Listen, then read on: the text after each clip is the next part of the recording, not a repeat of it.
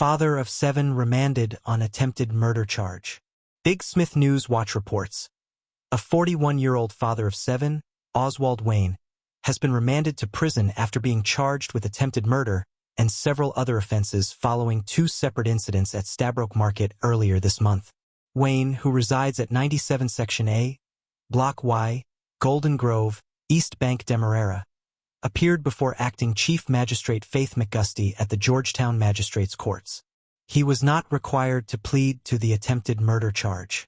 It is alleged that on September 10, 2025, Wayne unlawfully and maliciously wounded Nellie Farley with intent to kill. Prosecutors indicated that Farley remains in serious condition and is currently unable to speak. The police prosecutor objected to bail, highlighting the severity of the offense and the condition of the complainant. Magistrate McGusty upheld this objection, refusing bail and remanding Wayne to prison. The case is set to return to court on October 1 for a report on Farley's medical status. In addition to the attempted murder charge, Wayne faces 3 other charges stemming from an incident on September 12, 2025, at the Stabroek Market Police Outpost. He pleaded not guilty to charges of behaving disorderly in a public place, using abusive language towards Police Lance Corporal Lynch, and assaulting the officer while he was performing his duties. Bail was granted for these charges in the amounts of $10,000, $10,000, and $15,000, respectively. Wayne's attorney, Audriana Thompson, informed the court that her client is a father to 7 children, most of whom are minors, and lives with his wife in Golden Grove. She urged the court to consider his family responsibilities. However, Magistrate McGusty ordered that Wayne remain in custody on the attempted murder charge as the case progresses. Authorities seek escapee in connection with murder of boat operator. Authorities are actively searching for 26-year-old Aliba Anthony London, who was arrested in connection with the murder of 40-year-old boat operator Ryan Fredericks, but has since escaped from lawful custody. London, who last resided at Lot 74, 2nd Street, Caneville Grove, East Bank Demerara, is wanted for both murder and escape. Police are urging anyone with information regarding his whereabouts to contact them at various numbers, including 227-1149, 225-8196, and 333-3876, or visit the nearest police station. Fredericks, a resident of Mongrippa Hill, Bartica, was found dead on the night of August 28, 2025, in a room at the Safari Inn Hotel in Friendship, East Bank Demerara, following an alleged robbery. He had checked into the hotel around 5:45 p.m. with an unidentified woman, accompanied by fellow boat operator 38-year-old Navindra Kanhai. According to police reports, Fredericks and Kanhai met the woman at Parika earlier that day and traveled together to the Safari Inn, where 2 rooms were booked, one for Kanhai and another for Fredericks and the woman. Investigators revealed that between 11 o'clock and 11:30 p.m., Fredericks knocked on Kanhai's hotel room door, bleeding from a severe wound to his left arm. He reportedly told Kanhai that he had been robbed and chopped. Emergency medical technicians were summoned, but Fredericks was pronounced dead before their arrival.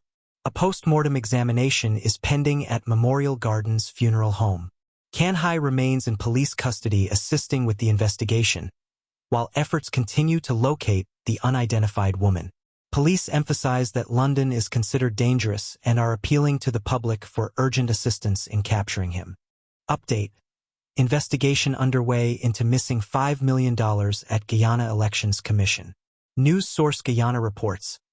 A number of employees from the Accounts Department of the Guyana Elections Commission, GECOM, are being questioned by police regarding the disappearance of approximately $5 million belonging to the commission.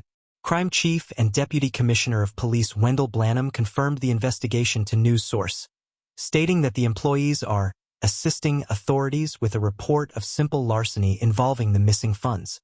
He declined to provide further details.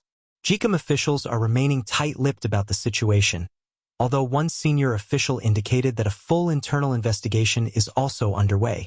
The official noted that a public statement will be issued upon the completion of the investigation.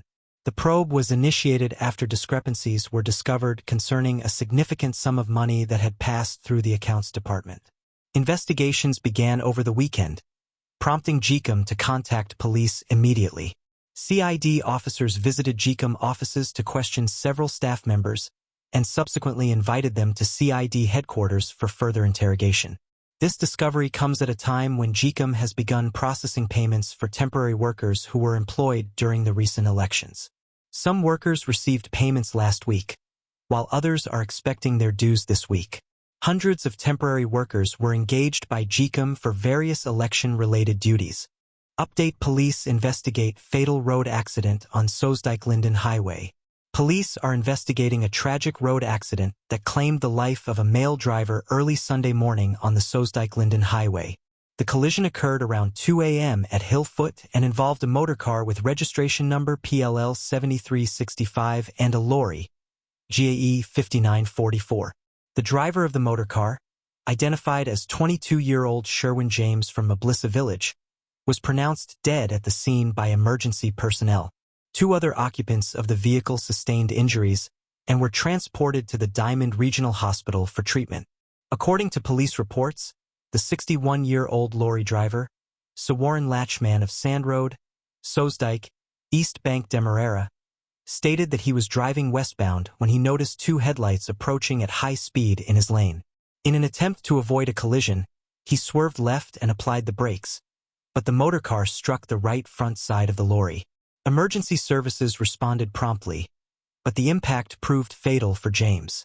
Tragically, one of the occupants of the motorcar, identified only as Alex, also succumbed to his injuries. The remains of both deceased have been taken to Memorial Gardens Funeral Home, awaiting post-mortem examinations. A breathalyzer test conducted on Latchman showed no trace of alcohol. Investigators from the Guyana police force are continuing to probe the circumstances surrounding the accident. Authorities urge anyone with information related to the incident to come forward to assist with the investigation. Police investigating fatal workplace accident at Bachelor's Adventure. Authorities are investigating a tragic workplace incident that claimed the life of 28-year-old Derovis Martinez Mendoza, a Cuban national and construction worker, at a private property in Bachelor's Adventure Railway Embankment, East Coast Demerara. The incident occurred around 11:30 a.m. today.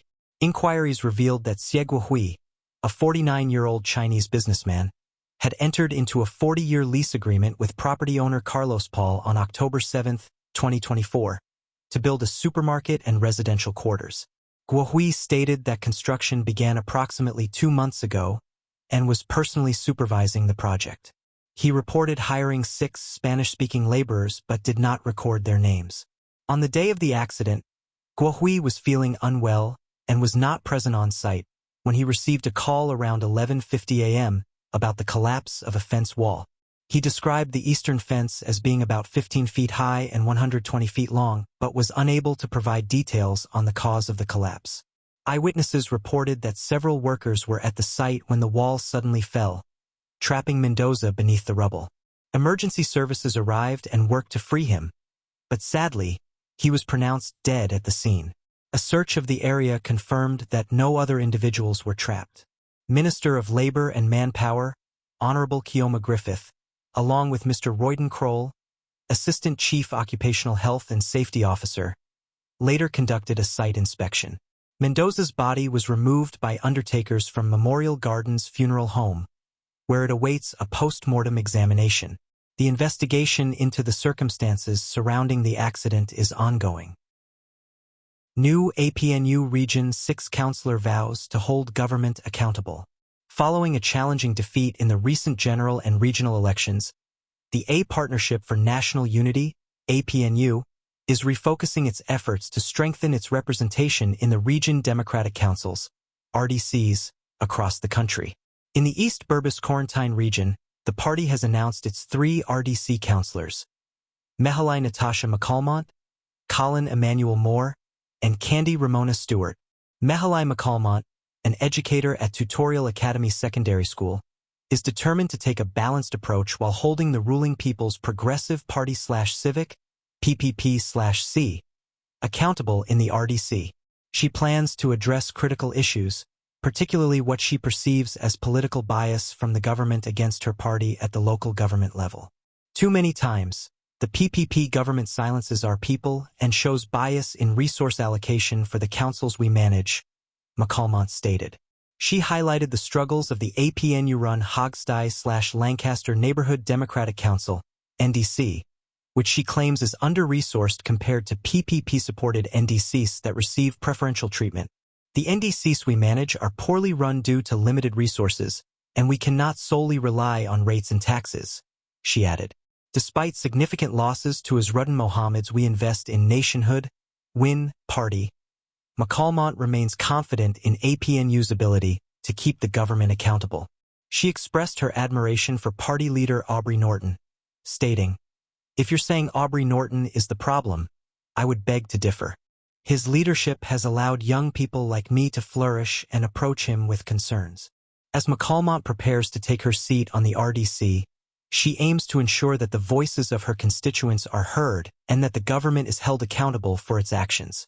Minister Parag visits grieving family following tragic loss of young pupil Supriya Khan. The community is mourning the loss of little Supriya Khan, a bright and beloved pupil of Parikabak Primary School, who tragically died following an accident on the Parika Main Road this past Friday afternoon. Supriya, known for her bubbly personality, was riding home on an electronic bike with her father, 32-year-old Imran Khan, when their vehicle was struck by an overtaking motor car. While Supriya succumbed to her injuries, her father remains hospitalized, unaware of the devastating news about his daughter. "The doctors told us not to tell him because of the condition he is in. He thinks that she is home and she is okay," shared a tearful Ramona Rakbar, Supriya's mother, during a visit from Honorable Sonia Parag, Minister of Education. Ramona is grappling with the profound loss of her daughter, facing a life where her 5-year-old son will grow up without his big sister. Minister Parag expressed her heartfelt condolences, reassuring the family of the government's support. "The pain you're feeling is unimaginable, but you have our love and our support. You and your family are not alone," she stated.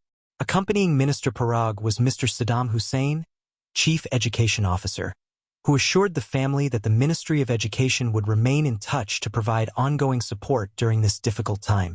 The entire community stands united in grief, honoring the memory of a young life cut short. Tragic incident. Ranger fatally stabbed in North Rupununi. Kaider News reports. In a tragic event early this morning, 22-year-old John Elliott was fatally stabbed, leaving the community in shock and mourning. Elliott was a ranger at Atta Rainforest Lodge, where he was known for his passion for birding and biodiversity conservation. In a heartfelt statement, Atta Rainforest Lodge expressed their sorrow over the loss of their colleague and friend. John was a remarkable person who was passionate about birding and biodiversity conservation, and it showed through his interactions with his peers and visitors.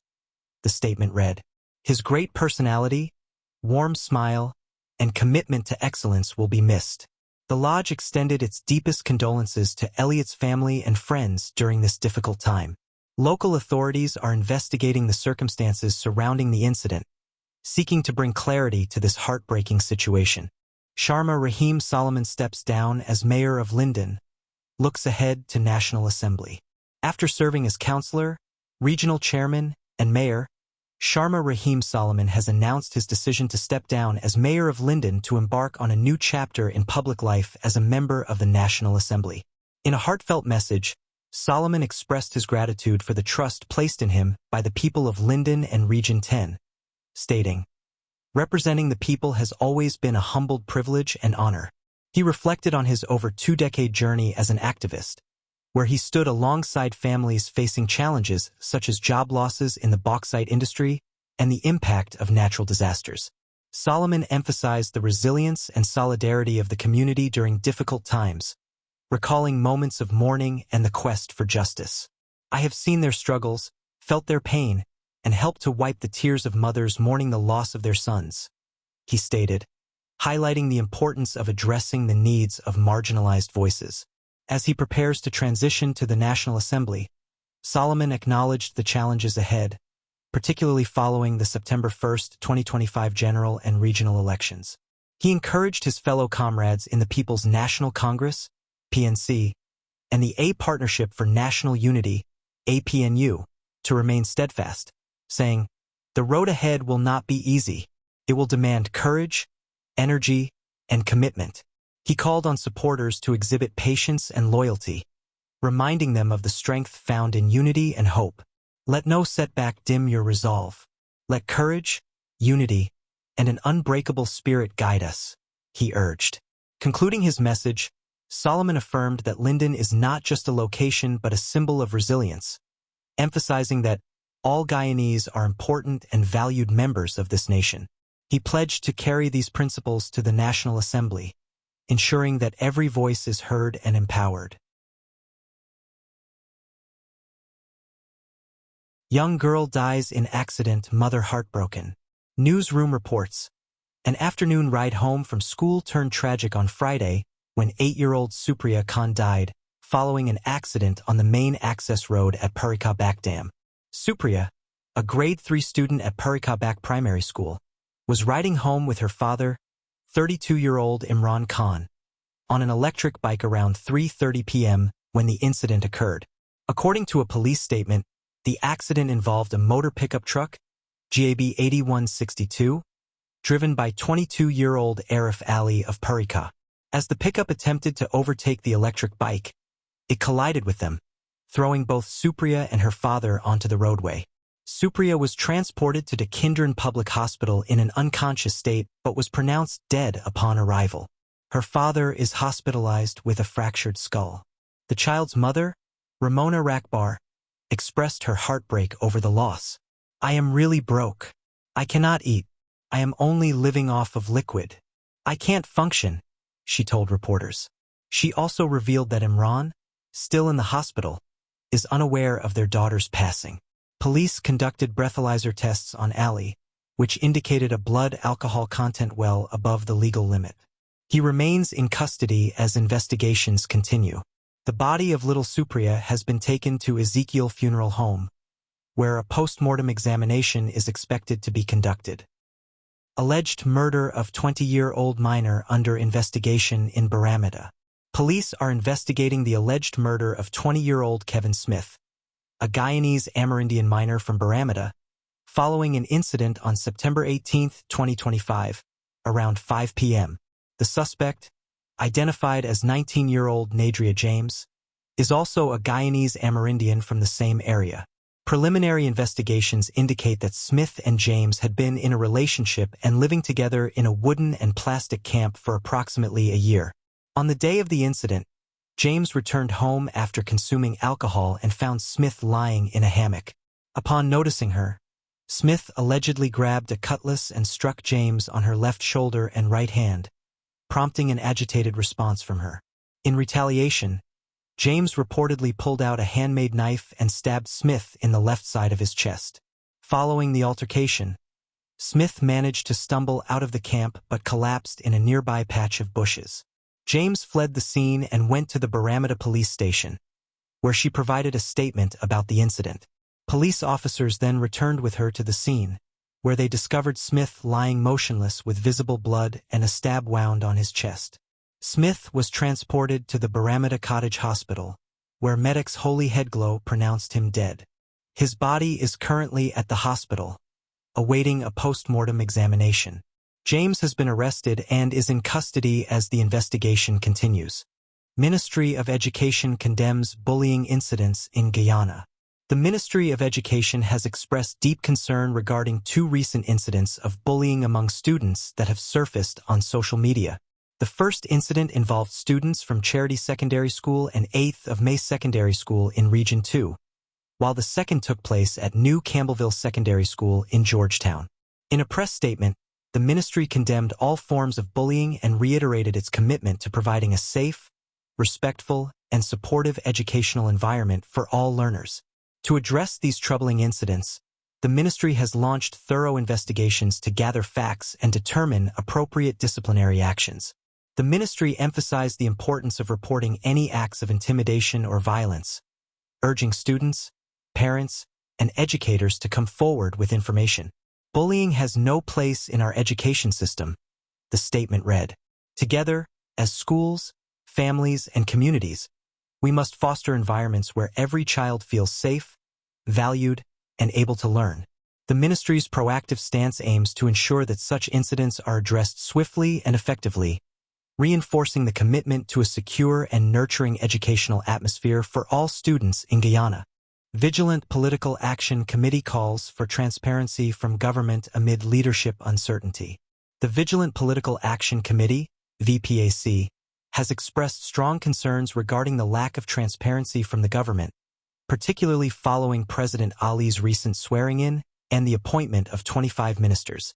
The committee emphasizes that the official list detailing ministerial responsibilities has yet to be published in the official gazette, which they view as more than just a bureaucratic delay. In a statement, VPAC criticized the government for leaving citizens in the dark, stating, "This is not a paperwork delay. This is a cover-up, plain and simple." They highlighted that the Constitution mandates the public disclosure of ministerial responsibilities to ensure accountability for citizens, Parliament, businesses, and international partners. The committee pointed to the Natural Resource Fund, stressing that the finance minister must regularly report all revenues from oil. They raised concerns about the government's inability to officially declare who holds the finance minister position, questioning how the law can be enforced under such circumstances. VPAC recalled previous concerns about the last administration, where a minister within the office of the president held responsibility for finance rather than a substantive finance minister. They noted that Bharat Jagdeo's influence over oil and gas during that term was evident, despite Vikram Bharat holding the title.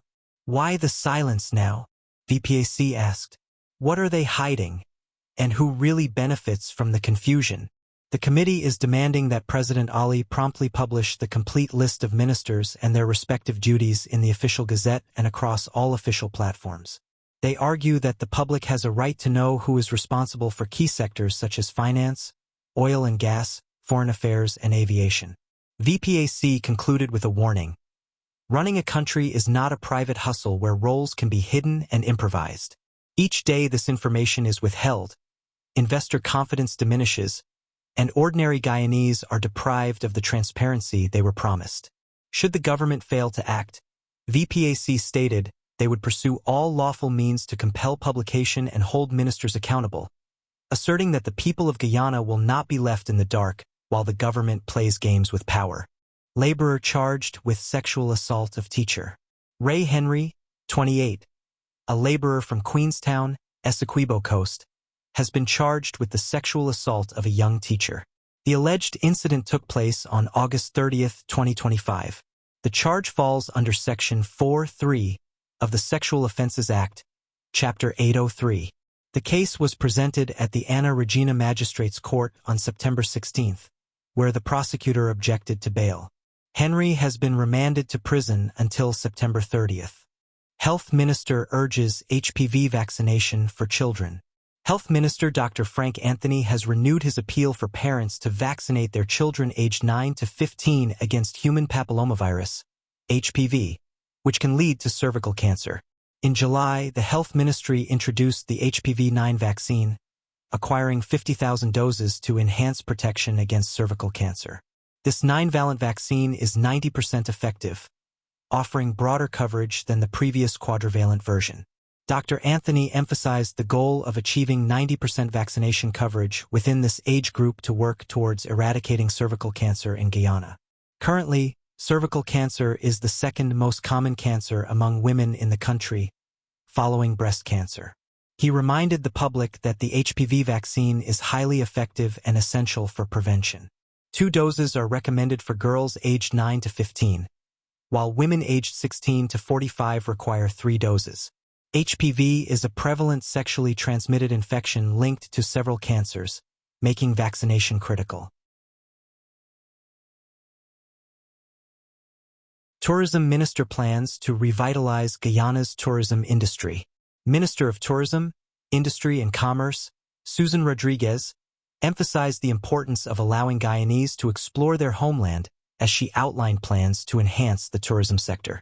In a meeting with hotel and resort operators, Rodriguez acknowledged the issues of affordability that prevent locals from experiencing the beauty of Guyana. She aims to work with industry stakeholders to address these concerns and promote Destination Guyana as a brand.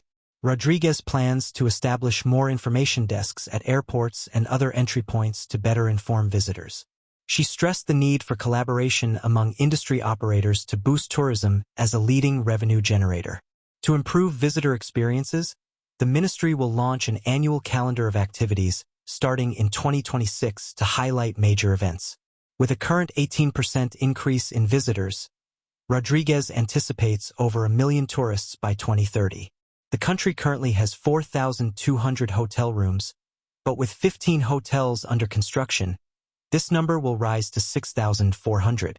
Rodriguez emphasized the need for further capacity building and offered support from the ministry to ensure the success of local businesses. Georgetown Public Hospital Corporation addresses recent concerns. The Georgetown Public Hospital Corporation, GPHC, has released a press statement acknowledging a letter circulating on social media regarding the hospital's operations and patient care. The organization has expressed its deep empathy for the family involved and the broader community's concerns. In the statement, GPHC emphasized its commitment to providing high-quality healthcare and understanding the expectations that come with it. The corporation reiterated that it takes its responsibilities seriously and is dedicated to addressing any issues that arise. While we recognize the importance of transparency and accountability, it is vital to understand that the circumstances surrounding each case can be complex, the statement read. GPHC acknowledged the need for thorough reviews when concerns are raised, ensuring that any necessary adjustments or improvements are made to prevent similar situations in the future. The organization reassured the public of its ongoing commitment to compassionate healthcare, highlighting that it remains focused on delivering quality services to the people of Guyana. As the GPHC continues its efforts to uphold healthcare standards, it invites ongoing dialogue with the community to foster trust and enhance patient care. Investigation launched into $5 million larceny at Gicum. One in custody. The Guyana Police Force is investigating a report of simple larceny involving approximately $5 million, GYD, allegedly stolen from the Guyana Elections Commission, Gicum. Several Gicum employees are assisting with the investigation. Detectives have recovered a portion of the missing funds from an assistant accounts clerk, who is now in police custody. Authorities have not disclosed the specifics surrounding the alleged theft or indicated whether further arrests are anticipated. The police have confirmed that the investigation remains ongoing. Government agencies collaborate on sustainable landfills. The government of Guyana is advancing its waste management systems by establishing modern landfill sites across the regions.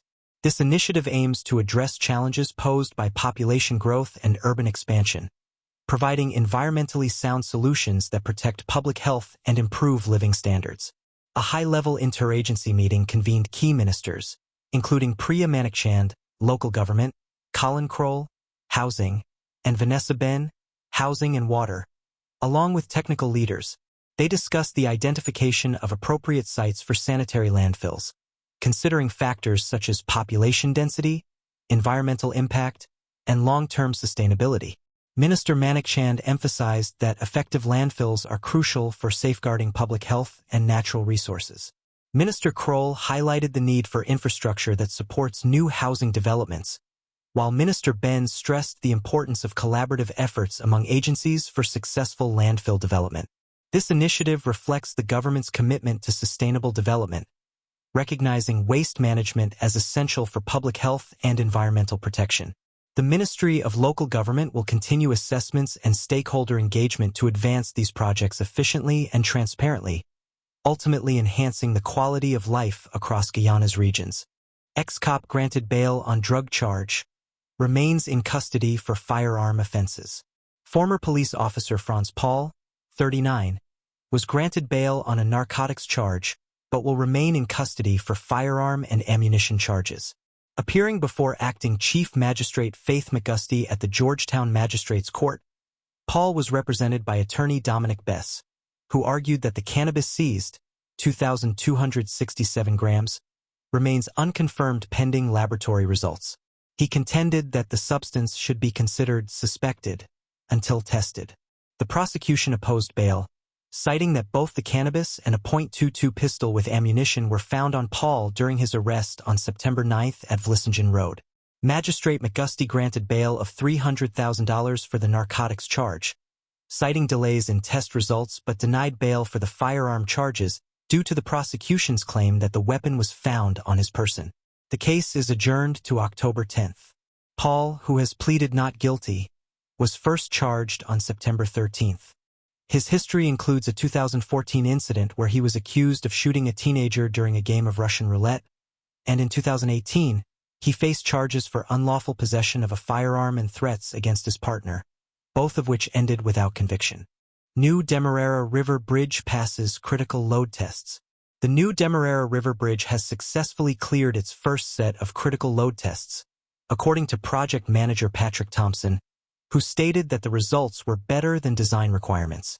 The series of tests, aimed at verifying the bridge's structural integrity, commenced recently and were conducted in accordance with strict international standards set by the American Association of State Highway and Transportation Officials, AASHTO. The tests done so far were very successful. The results were better than the design requirements, Thompson told the Guyana Chronicle in a statement on Monday. Thompson explained that not every bridge is constructed the same, and the load testing, performed by the China Railway Construction Corporation, involves applying controlled loads to measure the bridge's responses. This ensures that the bridge can withstand expected service loads without unacceptable deformation or damage. They developed a model in the lab that simulates the conditions of the bridge, allowing us to replicate those conditions in the field.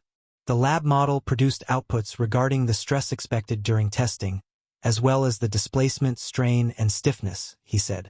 Thompson added, "Today, Monday, we are verifying whether loading the actual bridge under the same conditions as the model yields similar results, or if the outcomes differ." The successful completion of these tests marks a significant milestone in the bridge's construction, reassuring stakeholders about its safety and durability. Opposition leader Azruddin Mohammed addresses challenges at St. Ninian's Primary School, Region 1. In a recent statement, opposition leader Azruddin Mohammed highlighted the pressing issues faced by St. Ninian's Primary School in Region 1, Baramita, where only 93 students are currently enrolled. Following concerns raised about Mykobi Primary School, Mohammed emphasized that St. Ninian's is also grappling with significant challenges that have been reported multiple times to the Department of Education, the Regional Education Officer, and the Regional Executive Officer. Key issues at St. Ninian's Primary School include lack of running water. Staff are forced to fetch water from a nearby pond to flush toilets, complicating daily operations and sanitation. This deficiency has led to the school sometimes closing early and has hindered the hot meal program. Deteriorating facilities. The students' washroom is in urgent need of repair, contributing to unsanitary conditions. Unsafe living conditions for teachers. The quarters provided for teachers lack a functioning washroom and are infested with bats, making them unsuitable for habitation. Mohammed stated, "These conditions are deplorable and unacceptable for both students and teachers. Education cannot thrive where there is a lack of basic necessities, such as water and sanitation." He called on the relevant authorities to take immediate action to resolve these issues, underscoring the need for a safe and conducive learning environment for all students and staff at St. Ninian's Primary School. Police officers highlight challenges in securing prosecutions. Senior police officers across multiple regions are raising concerns about ongoing challenges in achieving successful prosecutions. Key issues include reluctant witnesses, victims opting for out-of-court settlements, and difficulties in obtaining vital evidence.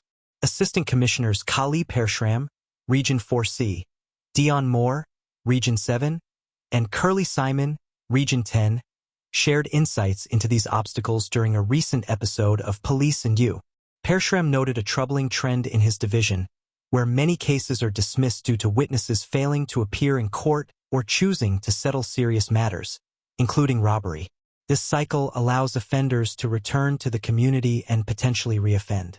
He emphasized that while the police are responsible for investigations, successful prosecutions depend on solid evidence presented in court. To help address these issues, 70 security cameras have been installed in targeted areas, contributing to a decrease in crime.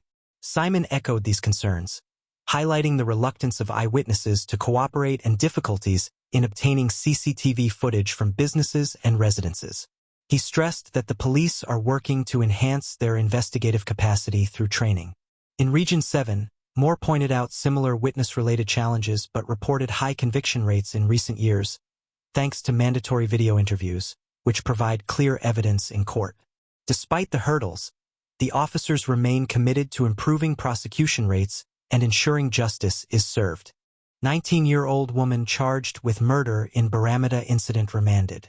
Nadiria James, a 19-year-old resident of Baramita, has been arrested and charged with murder following the death of 20-year-old Kevin Smith, a local Amerindian minor. The incident occurred on September 18, 2025, and James was charged by officers from the Baramita police station. James appeared via Zoom at the Port Kaituma Magistrate Court on September 23, 2025, where the charge was read to her by Magistrate Rabindranath Singh. She was not required to plead to the indictable offense and has been remanded to prison, with her next court date set for October 14, 2025. Background report. According to investigations, the couple had been in a relationship and living together in a camp for approximately a year. On the day of the incident, James returned home after consuming alcohol to find Smith lying in his hammock. Upon noticing her, Smith allegedly attacked her with a cutlass, striking her on the shoulder and hand, which agitated James. In response, she reportedly pulled out a handmade knife and stabbed Smith in the chest. Following the altercation, Smith stumbled out of the camp and collapsed in nearby bushes. James then fled the scene and went to the Baramita police station, where she provided a statement about the incident. The case has drawn significant attention, highlighting issues of domestic violence and the tragic consequences that can arise. 2 Brazilian nationals charged for unauthorized gold purchasing in Guyana. 2 Brazilian nationals, José Antonio Rodrigues dos Santos, 58, and Isaac Aguiar Abreu, 36, were arrested on September 22, 2025, and charged with purchasing gold without authorization, violating the Guyana Gold Board Act. The men, both minors from Boa Vista, Brazil, face charges under Section 7(2) of the Guyana Gold Board Act, which prohibits the purchase of gold from individuals not authorized by the Gold Board. They appeared in Lethem Magistrates Court on September 23, where the charges were read individually. Both defendants pleaded guilty and were fined $75,000 or given the option of serving 7 months in prison. This incident underscores the importance of compliance with local regulations governing gold transactions in Guyana. Ministry of Labor investigates fatal workplace accident in East Coast Demerara. The Ministry of Labor has launched an investigation into a tragic workplace accident that claimed the life of 28-year-old Derovis Martinez Mendoza on Monday. Mendoza, a resident of Fulis, died when a 15-foot-high and 120-foot-long fence collapsed, trapping him beneath the debris. Labor Minister Kioma D. Griffith visited the site shortly after the incident, extending condolences to Mendoza's family, friends, and colleagues on behalf of the government. Officers from the Occupational Safety and Health Department are actively investigating the circumstances surrounding the accident. The ministry has stated it will take all necessary steps to prevent similar incidents in the future and is committed to enhancing workplace safety and awareness throughout Guyana. Additionally, the Ministry of Labor reaffirmed its dedication to enforcing occupational health standards and holding employers accountable for any violations. Businessman charged with trafficking in persons. Alvin Parag, a 49-year-old businessman from Diamond Housing Scheme, East Bank Demerara, was arrested on September 19 and charged today with trafficking in persons. Parag is accused of committing the offense against a 31-year-old female foreign national between March 29 and June 7, 2025, in Diamond, East Bank Demerara. He appeared before Senior Magistrate Judy Latchman at the Diamond Magistrate Court, where he pleaded not guilty to the charges. During the proceedings, the prosecutor strongly objected to bail, which was subsequently denied. Parag was remanded to prison as the case progresses. The court has scheduled the next hearing for October 6, 2025, for statements and disclosure. The Guyana police force has reaffirmed its commitment to combating trafficking in persons in all forms, working closely with various stakeholders to address this critical issue. Firearm found. Charlestown man in police custody. Police have taken a Charlestown man into custody following an intelligence-led operation conducted around 11:15 a.m. today. The operation targeted an Axio vehicle with registration number PAF 744, driven by Travis Aline, a resident of Russell Street, Charlestown. During the operation, police conducted a search of Aline and discovered a Glock pistol, along with one magazine, in his front left pants pocket. A further search of the vehicle revealed another magazine concealed in a black one-strap bag. Aline was promptly arrested and transported to the Roumevelt police station for processing.